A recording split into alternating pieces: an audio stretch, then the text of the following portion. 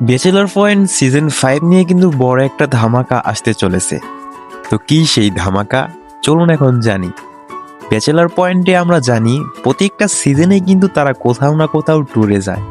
যেমন সিজন 3-তে তারা গিয়েছিল নোয়াখালী, সিজন 4-এ তারা গিয়েছিল কক্সবাজার, আর সিজন 5-এ তারা যাবে হচ্ছে নেপাল। তো নেপাল কিসের জন্য যাইতেছে, আর কত টাকা ইবান বাজেট এই শুটিংয়ে, আর চ্যাপ্টার 12-তে কি কি থাকছে, রোকেয়া থাকছে কিনা, আর একটা নারী ক্যারেক্টার দেখানো হয়েছে, ওই নারী ক্যারেক্টার ইবান কে, সমস্ত কিছু জানবো আজকের এই ভিডিওতে। তো ভিডিওটি কিন্তু অনেক ইন্টারেস্টিং হতে চলেছে। তো আসেন বেশি বকবক না করে ভিডিওটি শুরু করি। আপনারা যদি 100 টাকায় ক্যাপকাট প্রো নিতে চান সারা জীবনের জন্য, তাহলে আমাকে হোয়াটসঅ্যাপে নক দিতে পারেন। হোয়াটসঅ্যাপ নাম্বার দেওয়া আছে ভিডিওর ডেসক্রিপশন বক্সে। ব্যাচেলার পয়েন্টে গল্পের জন্য কিন্তু নেপাল যাওয়া হইতেছে, আর ব্যাচেলার পয়েন্টের সকল টিম মেম্বারই কিন্তু নেপাল চলে গিয়েছে অলরেডি।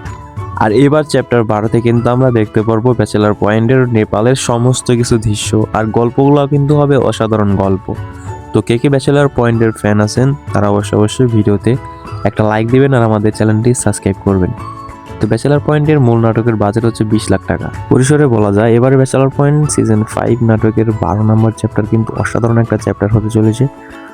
তো যারা যারা দেখার আগ্রহী আছেন তারা অবশ্যই কমেন্ট করে ভিডিওতে লাইক দিবেন, সাবস্ক্রাইব করবেন।